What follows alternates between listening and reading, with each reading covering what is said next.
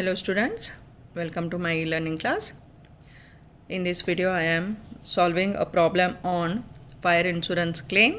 It is 5 marks question. Here I am solving KUD May 2016 and Women's 2018 question paper. Let us go through the problem.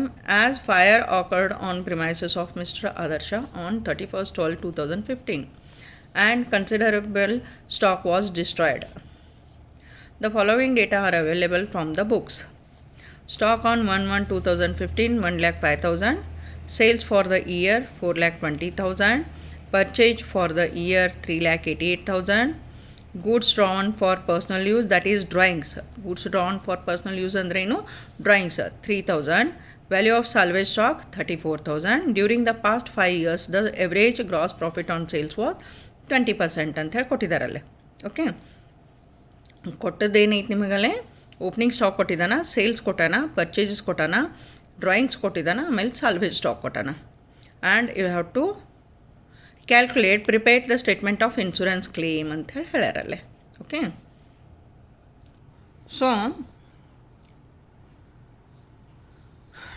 to prepare a statement of fire claim, we have to first prepare memorandum trading account. Memorandum trading account ಒಳಗೆ to opening stock ಅಂಥೇಳಿ 1,05,000 ಹಾಕಿದ್ವಿ. To purchases ಇದರೊಳಗೆ adjustment ಇಲ್ಲ, purchases ಒಳಗೆ adjustment ಇಲ್ಲ, so ಡೈರೆಕ್ಟಾಗಿ 3,88,000 ಐತಿ. ಆಮೇಲೆ ಸೇಲ್ಸ್ ಏನು ಹೇಳ್ಯಾರ ಅಂತಂದ್ರೆ 20% ಅಂತೇಳಿ ಹೇಳಿದ್ದಾರೆ ಅಲ್ಲೇ. 20% ಆನ್ ಸೇಲ್ಸ್ ಅಂತ ಹೇಳ್ಯಾರ. ಜಿ ಪಿ ಎಷ್ಟು ಹೇಳ್ಯಾರಲ್ಲೇ 20% ಆನ್ ಸೇಲ್ಸ್ ಅಂತ ಹೇಳ್ಯಾರ. ಸೊ ಸೇಲ್ಸ್ ಎಷ್ಟೈತಿ 4,20,000 ಐತಿ, ಅದ್ರ ಮೇಲೆ 20% ಅಂತಂದ್ರೆ 84,000 ಆಯಿತು. ಯೂಶ್ವಲಿ ಟ್ರೇಡಿಂಗ್ ಅಕೌಂಟ್ದೊಳಗೆ ನೀವೇನು ಮಾಡ್ತೀರಿ ಅಂತಂದ್ರೆ ಇವು ಇಷ್ಟು ಅಮೌಂಟ್ ಕೊಟ್ಟಿರ್ತಾರೆ, ಕ್ಲೋಸಿಂಗ್ ಸ್ಟಾಕ್ ಕೊಟ್ಟಿರ್ತಾನೆ ನಮ್ಮಲ್ಲೇ. ನಿಮಗೆ ಇಲ್ಲಿ ಕ್ಲೋಸಿಂಗ್ ಸ್ಟಾಕ್ ಕೊಟ್ಟಿಲ್ಲ, only opening stock is given, date is given. Depending upon that you can identify that it is opening stock. Date ಕೊಟ್ಟಿದ್ದಾನ ಅಂತಂದಮೇಲೆ ಇದು ಓಪನಿಂಗ್ ಸ್ಟಾಕ್ ಅಂತ ಹೇಳಿ ನಿಮಗೆ ಗೊತ್ತಾಗ್ಬಿಡುತ್ತೆ ಅದರಲ್ಲಿ. 20% ಆಫ್ 4,20,000 ಅಂದರೆ 84,000 ಆಯಿತು. ಸೇಲ್ಸ್ ಕೊಟ್ಟಾನ 4,20,000. ಡ್ರಾಯಿಂಗ್ಸ್ ಪರ್ಸ್ನಲ್ ಯೂಸ್ ಸಂಬಂಧ ಅಂತ ಹೇಳಿ ಹೇಳಿದ್ದಾರೆ, goods drawn for personal use ಅಂತ ಹೇಳಿ 3,000 ಐತಿ. ಆಮೇಲೆ ಟೋಟಲ್ ಮಾಡಿರಿ, ಡೆಬಿಟ್ ಸೈಡ್ 5,77,000 ಐತಿ, take it to credit side 5,77,000. In that you have to deduct sales and drawings. Difference amount is that is balancing figure ಅಂತ ಹೇಳಿ ಹೇಳ್ತೇವೆ. ಬ್ಯಾಲೆನ್ಸಿಂಗ್ ಫಿಗರ್ ಅಂತ ಹೇಳಿ ಹೇಳ್ತೇವೆ. 1,54,000 ಐತಿ, 1,54,000 ಐತೆ. ಓಕೆ, ಇದನ್ನು ಏನು ಮಾಡ್ತೇವೆ ಅಂತಂದರೆ ಇದೇನೈತಿ ಕ್ಲೋಸಿಂಗ್ ಸ್ಟಾಕ್ ಅಂತ ಹೇಳ್ತೇವೆ. ಇದನ್ನೇನು ಹೇಳಾಕ್ತೇವೆ ಕ್ಲೋಸಿಂಗ್ ಸ್ಟಾಕ್. ಇದು ವ್ಯಾಲ್ಯೂಯೇಟ್ ಮಾಡಿದ ಮೇಲೆ statement of fire claim prepare ಮಾಡಾಕತ್ತೇವೆ ನಾವು. ಏನು ಪ್ರಿಪೇರ್ ಮಾಡಾಕತ್ತೇವೆ? ಸ್ಟೇಟ್ಮೆಂಟ್ ಆಫ್ ಫೈರ್ ಕ್ಲೇಮ್ ಅಂತ ಹೇಳ್ತೇವೆ. ಆ ಹೊತ್ನಾಗ value of stock on the date of fire, that is closing stock. ಅದನ್ನು ಏನು ಹೇಳಾಕತ್ತೇವೆ?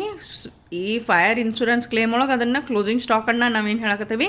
Value of stock on the date of fire ಅಂತ ಹೇಳ್ತೇವೆ. ಅದಕ್ಕೆ ಕ್ಲೋಸಿಂಗ್ ಸ್ಟಾಕ್ ಇರ್ತೈತಿ, ಹೌದಾ? ಕ್ಲೋಸಿಂಗ್ ಸ್ಟಾಕ್ ಇರತ್ತಾ, ಅದೆಷ್ಟೈತಿ? 1,54,000 ಐತಿ. ಅದ್ರೊಳಗೆ ಸಾಲ್ವೇಜ್ ವ್ಯಾಲ್ಯೂ ಕೊಟ್ಟ ನಮ್ಮಲ್ಲಿ. ಸಾಲ್ವೇಜ್ ವ್ಯಾಲ್ಯೂ ಎಷ್ಟೈತಿ? 34,000 ಐತಿ.